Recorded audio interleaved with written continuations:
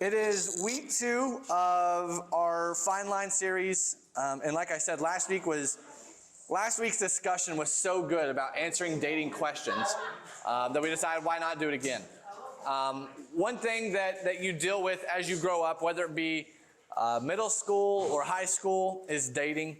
Can you shut that door for me, actually? Thank you, ma'am. I think the temperature has mellowed out a little bit. One thing you deal with in middle school or high school is dating. It's answering the question of who should I date, how should I date, when should I date, and there's a lot of questions to answer, and all of them I would say are even good questions. Hey, all of them I would say are good questions. Chris, you want to come join us? I was told I have. You want a stool? You can grab a stool. We were thinking ahead. I think Ben needs to. Ben, you want to come join us too? Sit in for my part of this. Dating. Ben will just shout from the back. Dating is something that we all run into at some point in life, and you have a lot of questions to ask about. And as we talked last week, sometimes the hardest part of dating is not only having questions that go unanswered, but knowing who you can ask your questions to. I think, especially when I look back at my own life, when I look at dating, sometimes questions are just awkward to ask me. Like, well, I don't want to ask my mom or dad that question because what are they going to think about me? I don't want to ask my friend that question because what if they've already done that? And now I'm the awkward person who hasn't kissed somebody, who hasn't held somebody's hand, who hasn't gone so far. And so we have a hard time with dating questions because we don't know who we're supposed to ask or how we're supposed to ask. And so the idea is that here, last week was perfect. We had so much good conversation about dating. And we didn't even get halfway through the question. So we're like, well, what better thing to do than keep it going? I'm going to go ahead, and don't worry if you posted a question last week. I did get your question. I have a screenshot of it. But for the sake of tonight, as we're going through conversation, I'm going to go ahead and post again on the youth Instagram. That you're not in the picture. Don't worry, it's just a picture. If you want to go ahead and post more questions this week, just go ahead and submit it. If you submitted a question last week, you don't have to resubmit it because I have a screenshot of your questions. But if you want to ask a question, go to the Instagram, drop your question. That way you don't have to ask out loud. But we'll get started. We're going to go ahead and pick up where we left off last week. And we'll continue our conversation about dating. Last week we answered a lot of questions like, what is dating, right? And we learned that for a young man and a young lady, dating is different. We learned that what is talking, right? Talking is now a commonly used term. Well, we're just talking. We're not dating. What's the difference? Well, some people think that talking means you can't talk to anybody else. Some people think that talking means you can talk to other people. You're not committed to that relationship, right? There's so many definitions of dating nowadays. And that's why when we started this conversation off last week, I led with this, and I will re-emphasize it again tonight. The most important thing you can have in any relationship is communication. Bottom line, period. And I'm not even talking like, hey, Garrett, I like you. Because listen, when I tell Garrett I like him, sorry, Garrett, I'll leave you out of the limelight here. Maddie, I like you. Let's just say I tell my wife that I like her. Even when we were dating, before we were dating, when I told Maddie I liked her, how I meant it may have been different than how she received it. She may have a whole different interpretation of what it means to like somebody. Let's go back to the word love, right? Oh my goodness, a word, Garrett, I won't say it to you, don't worry. I do love you, but when I look at Maddie and I told her for the first time that I loved her, I'm sure it meant something to me that I was trying to express how I felt about her. But to Maddie, it may have meant something completely different. And one of the most important things I cannot emphasize enough is communicating while you're dating, but not just saying, I like you or I love you, but explaining what that means. Because there are so many, we all have different right? We always say that it's hard to understand somebody's tone in text messaging, right? It doesn't change when I talk to Dallas face to face. I still have to be direct with Dallas. I still have to tell Dallas how I feel, what I'm saying. Because if I just use ambiguous and vague words when I'm in a communication, I didn't paint any clear of a picture. You might think you have a better sense of what I'm talking about, but you don't really understand because I didn't define it. Typically, whenever I do discipleship, I say this word a lot. I say define it. Because it's really easy to say, I'm mad, I'm angry, I'm sad, I'm hurt, I'm lonely. Those are very, and we think in our mind like, well, that's really specific for me to tell you that I'm hurt. Well, I'm glad that you would tell me that you're hurt, but that doesn't help me figure out why you're hurt. How are you hurting? What's going on? And so you have to define things. And that's a very important characteristic of dating and even marriage. As you develop in your relationships, you will learn that definition creates more clarity. There's never a problem with having more definition. So if you're ever in a relationship and somebody says, well, I love you, you'd be like, what does that mean, right? If you say you love me, what does that really mean to you? Because to you, that may just mean that you're trying to get my attention, you're trying to earn my attraction because you want me to say it back to you. You may not really even love me. So I would always encourage you to say the words, what does that mean, right? Ask for definition. We asked about what dating is. We asked about what we should do if we're not dating. That was where we left. Or if we're not dating a Christian, we left off on that one last week. We'll come back to tonight and deal with that one a little bit more. We talked about how do we fall in love, right? The most infamous saying, oh, love. How beautiful of a thing that is. I fell in love in high school, Chris. And then again in college, and then again in college, and that was the one. But what does it mean to fall in love? How do you define that? We talked about that last week. I'm in a relationship, but somebody else is crushing on me. What do I do now, right? We talked what constitutes cheating. We talked about that last week, right? Because everybody has different definitions. And we talked last week about this. We said, what is the number one value of a relationship? And that's a big deal. It's a big deal. You need to know what you value in a relationship. And I would say that communication, trust, honesty, loyalty, all those things that you guys mentioned last week are great things to have. You need to know what you're seeking. In reality, what you're seeking in a relationship is Jesus. You're seeking a person who is after Jesus. When Jesus becomes your priority, everything else in life will take care of itself. Rather than having 5 different things about you, you just need to have Jesus about you and let the 5 other things be affected by Jesus. A lot of times we come to church and we think that church, and I hope that this series, as we talk about dating, it's easy to see dating through a yes and no lens. Jesus says yes, Jesus says no. When in reality, it should be this honors Jesus and this doesn't honor Jesus is the way we should look at it. There's a different lens to look through.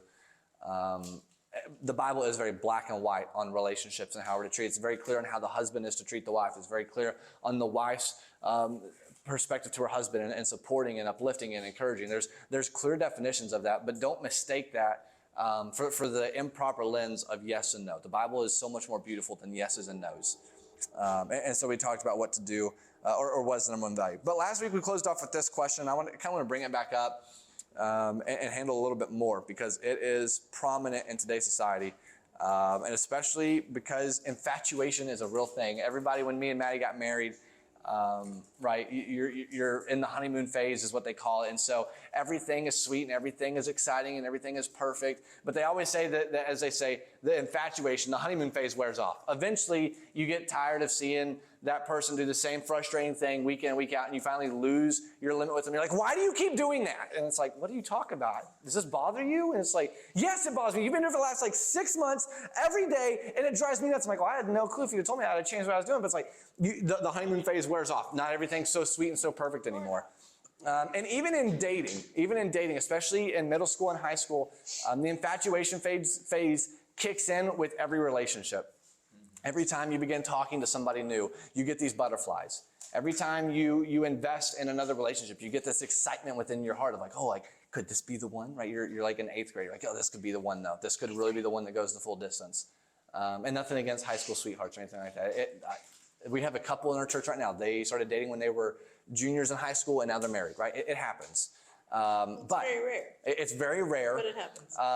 But I think we can all agree, anytime you've ever been in a relationship, you get to that point where there's butterflies. There's an excitement because it's somebody new, because it's a new relationship. And with that, at times, the butterflies cause us to overlook some very obvious things. Me and Maddie followed this guy on Instagram. His name is John Pacluda. He's a pastor at a church in Oklahoma. He's a killer speaker. And he talks about the red flags of dating. He says that there's a lot of signs in dating, whether it be manipulation, control, toxicity, abuse, mental, emotional, physical, whatever that would be. He talks about all these different red flags that come up in dating, and we should be aware of them. And he's a really good speaker. But one of the most commonly overlooked flags, I think, as a believer is Christians and non-Christians. And I'm going to go ahead and shoot straight. Scripture is clear, abundantly clear on the responsibility of a believer and who they date. You can go back to the Old Testament, right? You might be like, well, is this a New Testament problem or an Old Testament problem? Well, it's a both Testament problem. In the Old Testament, the Israelites were not to marry outside of Israelites. The Israelites were supposed to marry other Israelites because the Israelites are the people of God, and God wanted his people only marrying the people who were his. God said, I want you marrying outsiders. I want you marrying foreigners because I don't want you to become consumed by their idols. I don't want you to become infatuated with their ways. I want you to marry somebody who's already consumed by me, by God. You translate this to the New Testament, and Scripture says that we should not be unequally yoked. Scripture says that we should find another person who shares the faith with us. And we talked a little bit briefly last week about what is one of the most common pitfalls of a Christian, a believer dating a non-believer, and it's the different definition of love. Once again, I come back to this term of definition. You have to define things. For the unbeliever, love is an emotional thing. Love is a feeling. It is an idea. It's a concept. It's relative. It's always changing. Whereas for the believer, love has definition. For the believer, love has already been defined by who Jesus is. There's a difference there. And so as we talk about this idea of Christians and non-Christians, what should I do if I'm not dating a Christian? The responsibility is I'm not gonna go outright and just say you need to dump them tonight. But you need to be fervently praying for their heart. And if you see them not walking in the direction that's going to lead them to a relationship with Jesus, you need to start walking in the other direction. If you're dating somebody right now and they're not a believer, my goal is not for you to walk out here tonight and dump them in the parking lot. But my challenge to you would be, if you don't see them walking closer to Jesus every day and growing in the pursuit of a relationship with him, you need to walk the other way. Because you can't pull that weight along. Fruit-bearing believer, not just somebody that says they believe. You mean not the Instagram bio guy? Right. Yeah. Not the person that says, yeah, I'm a Christian. Yeah. But never sets foot in a church or never does anything to let you think that. I think Ben brings up a perfect point. Ben said that we should not date people who just say, I'm a Christian. We should date people who are visible Christians. And I think even if you were to enter into a relationship with somebody and say, well, are you a Christian? Are you a believer? Yep, I am. I sure am. Well, tell me what that means to you. What does your relationship with Jesus look like then? Define it. You can never have too much definition. You can never have too much clarity. Because you might be like, yeah, I'm a Christian. Well, what does that mean to you? I go to church. Christianity is bigger than church. Christianity is about Christ, okay? And as a believer, I would challenge you to articulate your faith. You should be able to articulate what you believe. I believe that a Christian, I believe that Jesus came. I believe that Jesus died on this cross, that Jesus died for my sins, that he was put in the grave for my sin, that he defeated death, he defeated sin and death, and he rose again on the third day, and he lives today as my King, as my Savior. He intercedes for me on behalf of the Lord, and he's coming back for me. That's what I believe. And as a Christian, I go now and I make disciples of other people. I go and I share this gospel, this good news about who Jesus is, so that others can have that relationship. That is what we should be able to define and articulate as a Christian. Some of you are like, well, I'm a Christian, but I didn't know all that. Then read the Word. I would challenge you, it's probably because you didn't read the Bible. If you're like, I'm a Christian, but I didn't know that. Well, did you read the Bible? Because that's like the most clear message that it paints is that Jesus loves you and died for you. And so defining what it means to be a Christian. All right, I'm going to go to some of y'all's questions from last week. Y'all have anything to add? Okay. I'm going to go to last week's questions because I want to touch these first since these were questions that you guys asked, and we'll move through these. Here's a big question. How do I know if I'm with the right person? You guys want to take it first? How do I know if I'm with the right person? Let's ask you guys first. What does that mean to you? How do you know when you're with the right person? That make you happy? Okay, happy. What else? How do you know when you're with the right person? I kind of want to like, if I had this up on the wall, I'd want to highlight the word right. How do you know when you're with the right person? They follow Jesus. I follow Jesus. Okay. They have good morals. Good morals. Define morals. Welcome to discipleship with Matt. Following the law of Jesus. Huh? Morals are following the law of Jesus. I'm sorry. Following the laws that Jesus put for us. Okay. Okay. Okay. Standards. Living a Christ-like lifestyle. Okay. How do you know if you're with the right person? If they help you get closer to God. What? If they're helping you get closer to God. They're encouraging your relationship with Jesus. It's a good one. What else? Anything else? How do you know you're with the right person? Dan? Pray with them. You can pray with them, okay? There's no doubt. There's no doubt. Define doubt. There's no worry that anything else can come between that. And What is that? your relationship. And that thing isn't going to come between you and your relationship with God either. I was talking with some students last Wednesday after church ended, and Maddie knew this from the beginning of the time that we started dating. And I'm not saying that this has to be all of your policies, okay? But this was my policy for dating. I only date you once. I only date you once. If it doesn't work after the first time, I'm not coming back a second time. Because what is marriage? When you marry somebody, how many times do you marry somebody? One time. And that bond, that covenant, marriage covenant is supposed to last how long? For the rest of your life.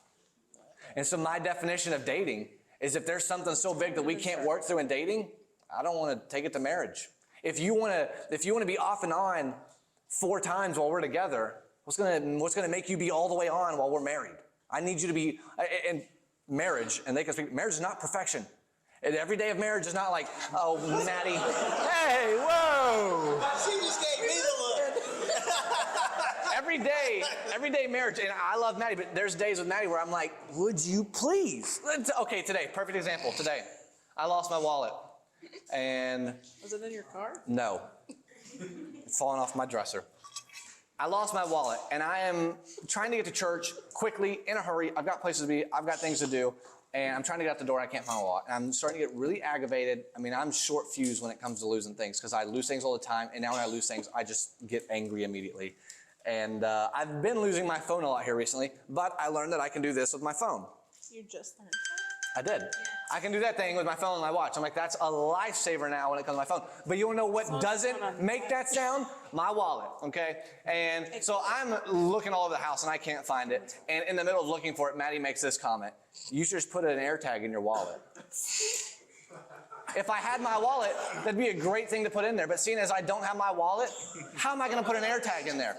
If I had an AirTag in my wallet, I don't think we'd be having this conversation right now because I'd know exactly where it was. Instead, I have no clue where it is, and I'm looking for my wallet. And Maddie didn't mean it in a way to like upset me, but she was like, you should just put an AirTag in your wallet. And I'm like, you say that one more time, like, because I always lose my sunglasses. And she's like, go like put something on your sunglasses. I'm like, I wouldn't put those on there if I thought I was going to lose them, but I didn't put it on there because I think I was going to lose it. Like, it's a never-ending cycle. And it's like, I love Maddie, but at the same time, I'm like, why did you have to say that right there? She didn't mean to, she in no way did she mean to offend me or hurt me, make me like super angry or defensive. I chose that response.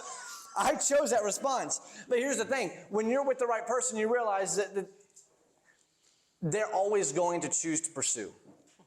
The right person, and my definition of dating, when I was looking for the quote-unquote right person, is that there was not going to be anything so big. And Maddie, right off when we started dating, there was one time something happened, and what'd you say? Something like, leave me alone or something? And it wasn't even intended, like it wasn't even like in really anger. It was kind of just playing around, like, leave me alone. Well, from my previous relationship trauma, leave me alone meant don't talk to me for the next 2 weeks. And so when Maddie said, leave me alone, I like distanced myself on an island from Maddie, which then brought up relationship trauma from Maddie because Maddie's previous relationship would distance from her. And so it's like we're living in 2 traumas and we both was like, what's going on right here? Like what has happened? We're communicating things that we don't intend to hurt each other, but in reality, because of past relationships, we're wounding each other really bad. And so what we had to realize, what you have to realize very quickly in dating is that you're going to move towards one another, inevitably moving towards Jesus, but they have to be willing to pursue you. I have to choose to pursue Maddie, and Maddie has to choose to pursue me. It's not a one-way road. The right person comes after you just as much as you go after them. Something to remember though, Matt. Just because they do all those things doesn't make them the right person either. Yeah. Because there is something called manipulation. Which is doing the right things to get the right attention, but not for the right reasons. Manipulation is a dangerous one, and that's where I think the question got asked last week, or maybe it was asked afterwards. Maybe we'll move to this question right now, because it kind of moves right into that, Chris. I know I heard this last week. What do we do if our friends don't agree with who we're dating? And so you might be sitting there going, well, they're treating me right. They're doing all the right things, but everybody around me can't stand it. Everybody around me thinks they're most obnoxious, thinks that they're sneaky, thinks that they're deceptive. I would strongly encourage you. There's a reason. You don't have to live by the words of other people, because then to some degree it's people pleasing. But if 9 out of 10 people around you are saying something like, hey, like, I don't know about that, like, dude, like, you see what they're doing to you? You see how they're manipulating you? They're treating you? They're tricking you? You see that? You want to be involved in that for the rest of your life? You want to marry somebody who's going to trick you into doing stuff for the rest of your life? You want your relationship for the rest of your life to be a brain game, having to solve a puzzle? That's what you want? It's exhausting. You also have to have the right friends, though. You do. Because your friends can be the manipulator. So let's go to that. What if you're in a relationship with an amazing person, and all of your terrible friends are telling you that they're a terrible person, right? You have to have discernment in relationships. But to define the right person, I think there's a lot of things that make the person the right person. I'm not a proponent of there's one person in this world for you.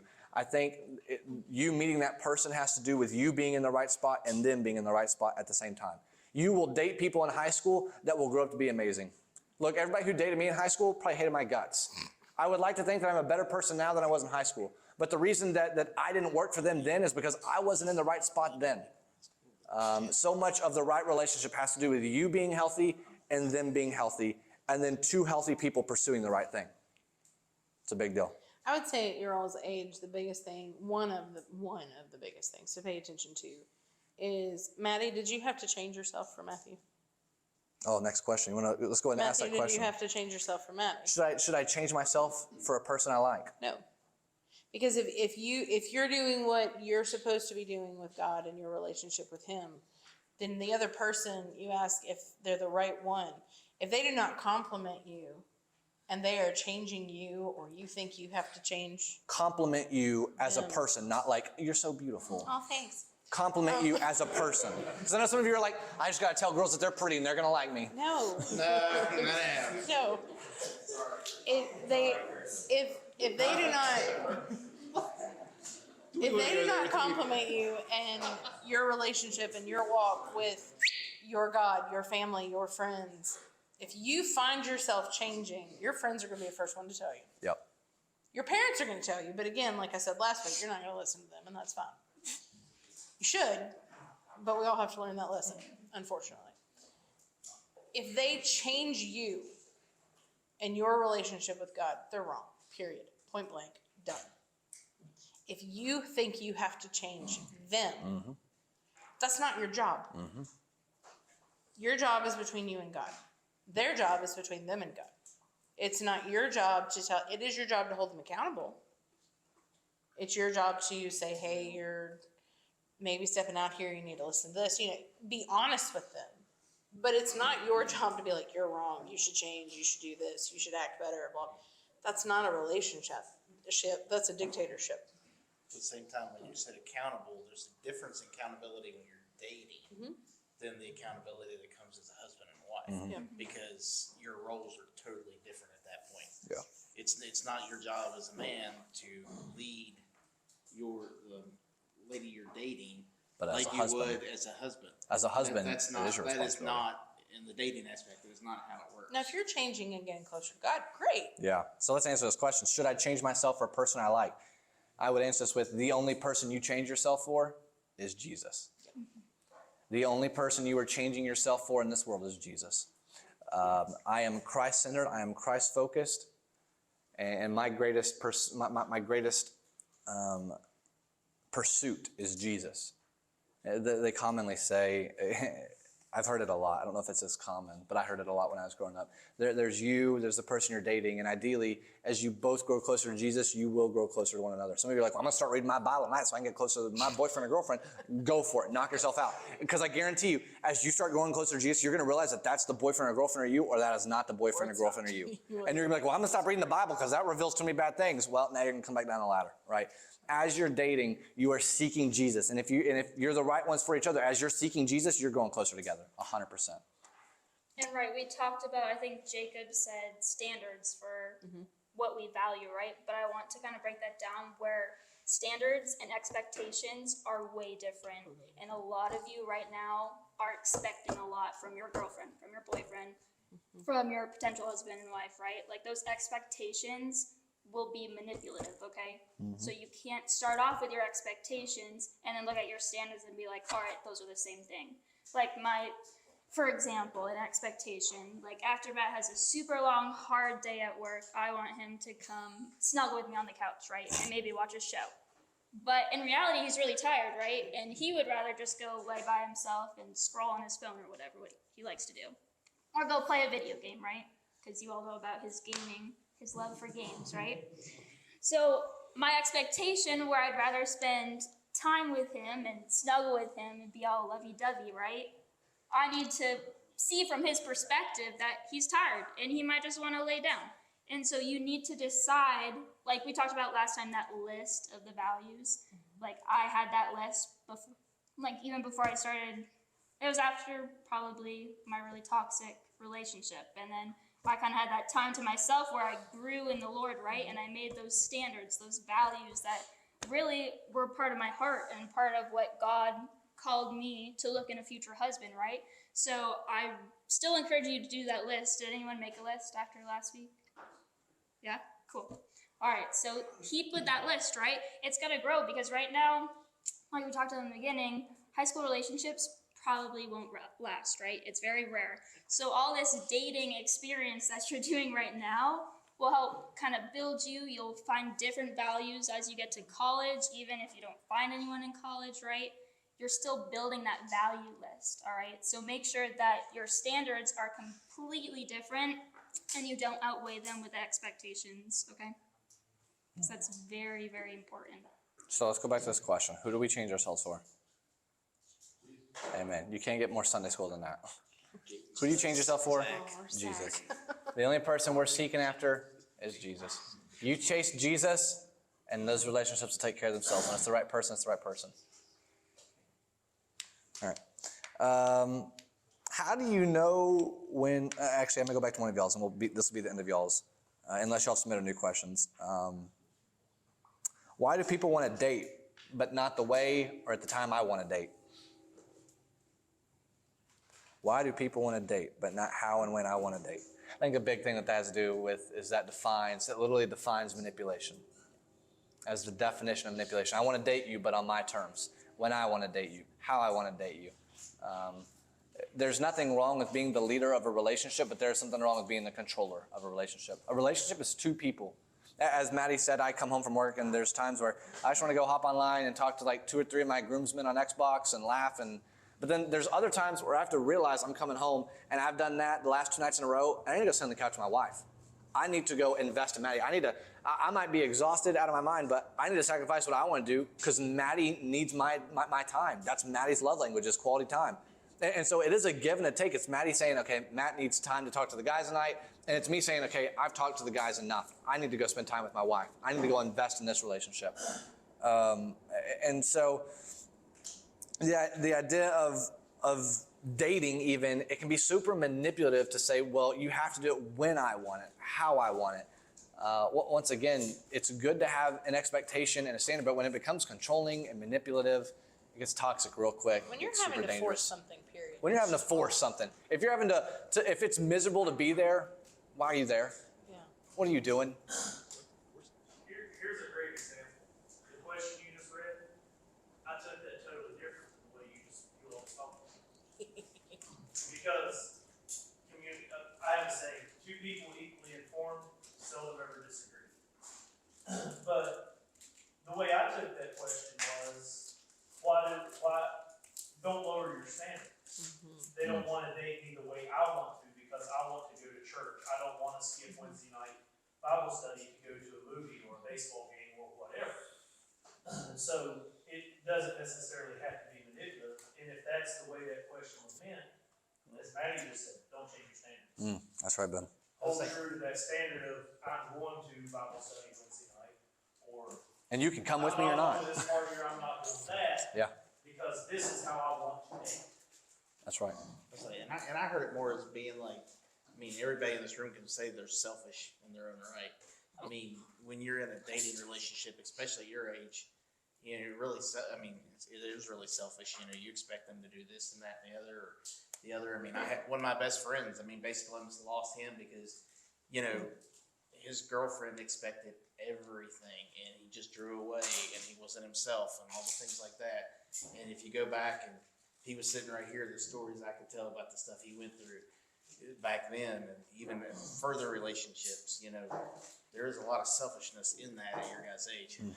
There I is. mean, it is. There is. I mean, Because there's still a lot of maturity to be had. And I was gonna gonna say, say, that's not like I your said, fault. Like, that's just, You wouldn't have wanted to date 16-year-old Matt. He was a punk. He was selfish out of his own rights.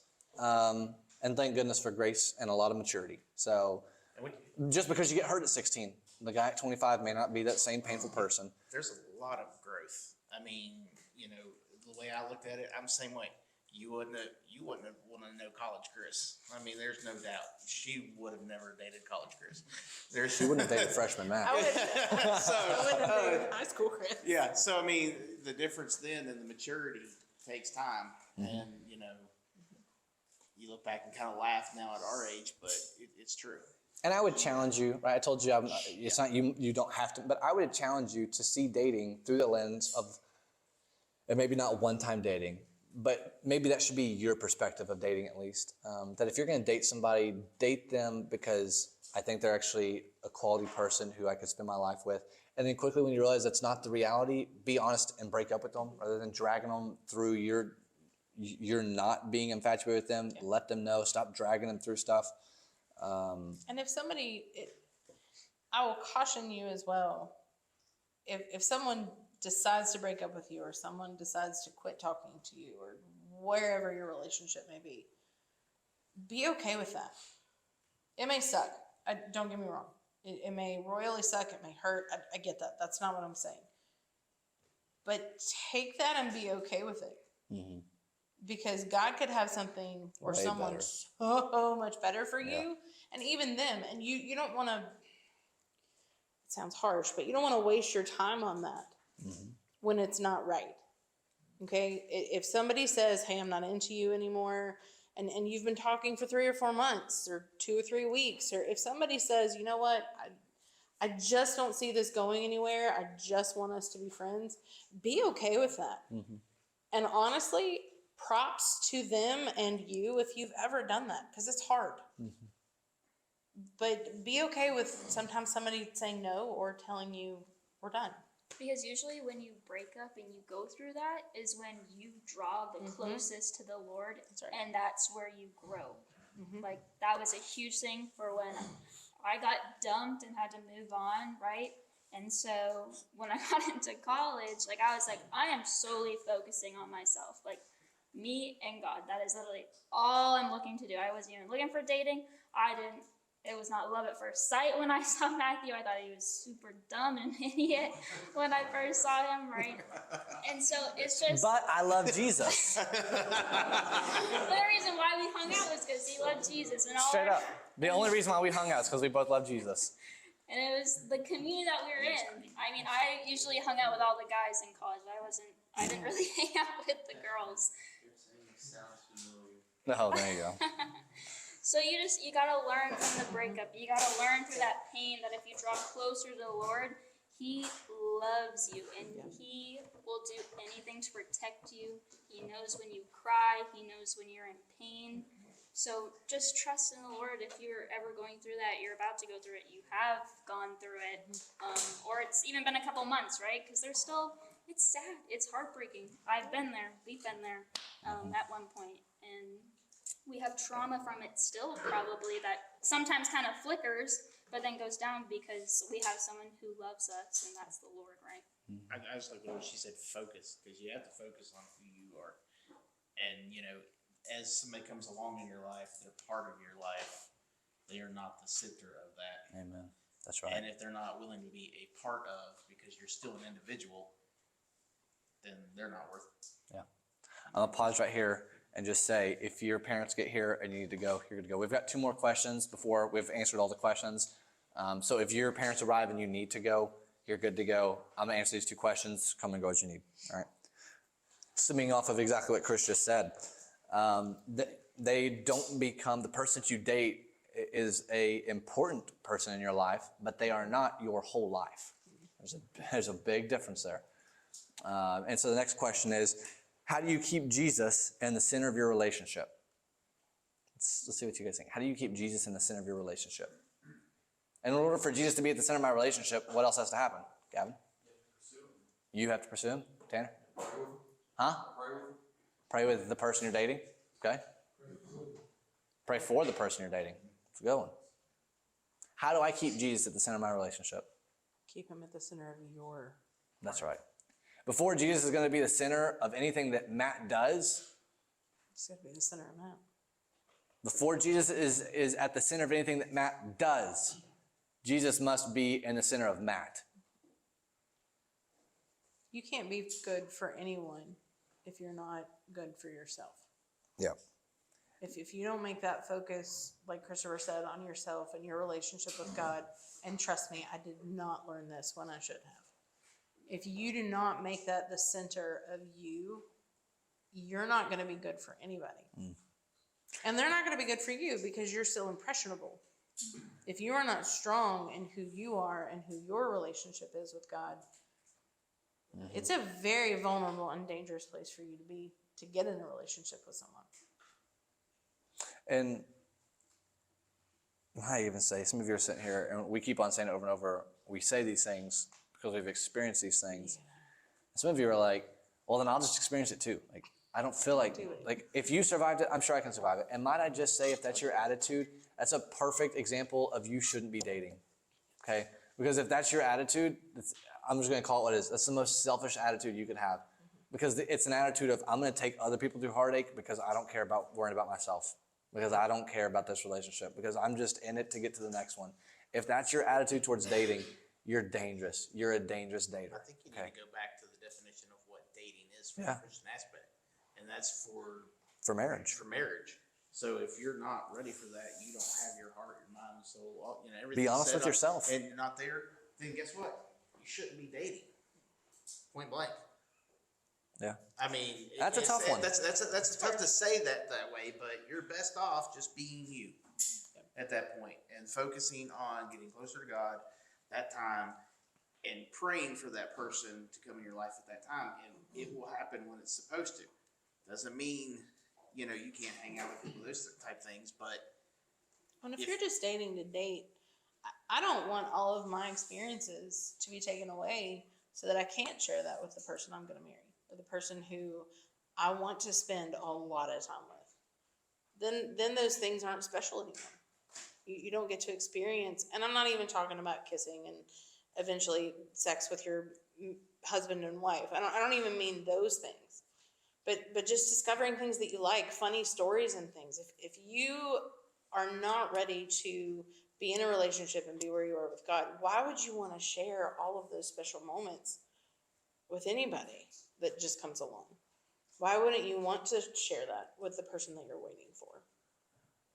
Because then it becomes some of those silly little things. Like, your first date. If you do the same thing over and over in a different relationship, and I dated 20 different people, then what makes the final relationship exciting and new? And those are sometimes the consequences of your decisions are not immediate. So, how do you keep God in the center of your relationship? In order for God to be the center of your relationship, He's got to be in the center of your heart. Some of you are like, well, what if He's in the center of my heart, but not in the center of the person's heart I'm dating? Well, why are you dating them then? What are you doing? Right? Well, what if they're at the center of the person I'm dating's heart, but not the center of mine? Then what are you doing? Why are you being so selfish? In order for Jesus to be at the center of your relationship, He's got to be your first choice. He's got to be your first choice. All right. I'm going to try and make this the last question because this is a big one. I'm best friends with this person. Should I take the chance at the relationship? I am best friends with a person. Should I take the chance at this relationship?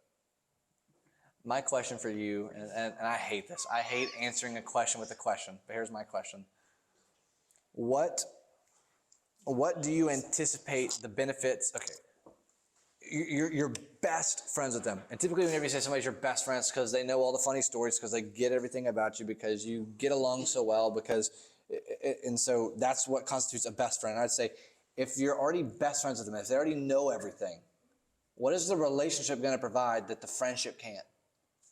If you're discontent with the friendship because you want them to kiss you or you want them to hold your hand or if that's the only reason you want to date, if that's your only reason for dating is for kissing and hand holding, you miss the whole purpose of dating.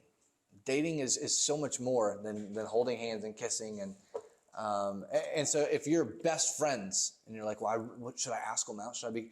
Is that relationship worth more than the friendship? Because if you date, and if it doesn't work, what about that friendship? That's what I was gonna say. Is that friendship worth the sacrifice? Because it's a big sacrifice. So, thing you gotta remember, like, at this point, us, we're both married couples. So when you get married, ultimately, the person you marry becomes your best friend. Mm-hmm. You go through all those. Yeah, she doesn't know that, but Blink twice if you're okay. I know. Yeah. She uses a phrase with me all the time. She loves me, but she doesn't always I like me. don't always like him. Which is so true. I do some And dumb that's stuff okay. even now. I know he doesn't always like me, But but that's that unconditional love, and that's It something is. that you guys don't understand yet. And I'm not saying you'll never understand that, but just be okay with not understanding that right now. And we're also not saying that, like, you can't start off as Yeah. best friends. Like, me and Matt, Sometimes like, you're as- better off that way. in the community, like, we started hanging out more. Like, we would sit next to each other, but we weren't, like, googly eyes at each other, right? Like, we How long were we genuinely- friends? We were friends for. Like, I kind of sniggered when Joanna said went on, like, a bunch of dates because me and Matt, I mean, I don't really call them dates. He kind of calls them dates. If I take you out for food, that's a date. No. But you didn't ask me. You were just like, hey, we're going here. Exactly. So I followed. Just hanging out. Because we're And this is why you have to define things. Let's just hang out. In my mind, if I take Matt to Applebee's, that's a date. In Matt's mind, if I didn't ask her to go to Applebee's, but we ended up at Applebee's, that's not a date. There's definition. Sorry, go ahead. yeah. But anyways, like I was saying, it doesn't mean that you can't start off as best friends because obviously you want a foundation for your marriage to be you guys are best friends. And I think the healthiest thing you can do, pre-dating and in the relationship, the best thing you can do is be friends in a group. You will see who the person you will see. Okay, how am I going to say this? The person you want to date. Okay, you will see who they really are when you put them in a group. One-on-one. You'll also see you. And you. One-on-one, it's very easy to hide who I am. One-on-one, I can make you see who I want you to see. But in a group, people are more likely to let their guard down. They're more likely to be a bit more conforming. They're more likely to just get loose, and you're going to really see who that person is. And if you have friends like Ben and I, we're the kind of people that call you out on it. Yeah. So I jokingly say the true you, like Matt said, is when you're with other people. Because it's harder to hide. Dating in groups is probably one of the biggest things when I was in middle school, I read a book about this guy talked about it's a big deal to date in groups. And it is a big deal. You are able to a little bit more clearly see the person who you're quote unquote so interested in. It's also healthier. There's a lot more accountability in groups. Especially, I was just going to go ahead and say it, if you're a person who struggles with boundaries a lot, groups could probably be the best thing to exist for you. Because groups hold you accountable. They keep you from crossing boundaries and going too far. So, and somebody say, maybe that's me. Well, then take a step back. Get in a group. It's important. So, let me go make sure there's no questions on here that y'all guys submitted tonight. If there are, I'll try and make it real brief. Another underlying theme for tonight that I'm picking up is you have to learn and grow with them. So it's not, when you say be with the right person, if you're both willing to learn and grow from each other, that's different from, you can change, it's fine. Make sure it's mutual growth, mutual change, because my wife and I change every day. We learn about something new every day, even though we've known each other forever. And as long as it's mutual, Yeah. it's beneficial for each other. And And in the right direction. Right. And unfortunately, Because most if they times- bring you closer to God and you bring them closer to God, that's great. That's fine. All right. Yeah. That's, Is that what you're I gonna was say? just gonna say, unfortunately, most high school relationships don't work that way. Super selfish. All right, so there were additional questions I missed. I think they can both be answered pretty quickly. The first one is, should we actively chase a relationship that we think is good for us, or take it as it is? Or take it as God is telling us something? If when we define a good relationship, I'm going to go back to the same thing that I've said before. Good is chasing Jesus. If you see somebody chasing Jesus, then yeah, I'd say it's probably worth starting the chase. If you quickly get in there and you realize that their chase is absent, their chase is not real, their chase is fake, then get the heck out of there. Because if that's fake, what else is fake? But if you see somebody that is good, that is chasing Jesus, why wouldn't you chase them? We talked last week about preferences: blonde hair, blue eyes, tall, short, whatever. There's not a problem with having preferences, but when your preferences outweigh the spiritual responsibility, your preference is pointless. Should you actively chase a relationship that you think is good? If they're chasing Jesus, I don't know why you wouldn't chase them. But if they're not chasing Jesus, I don't know why you would start chasing them. Because other than that, it becomes a selfish relationship. And if they have said they don't want that relationship. They really, yeah. So Don't I'm do not a believer, and I don't ever want to be a believer. I'm not a believer, and I don't desire to go to church, to be a part of this.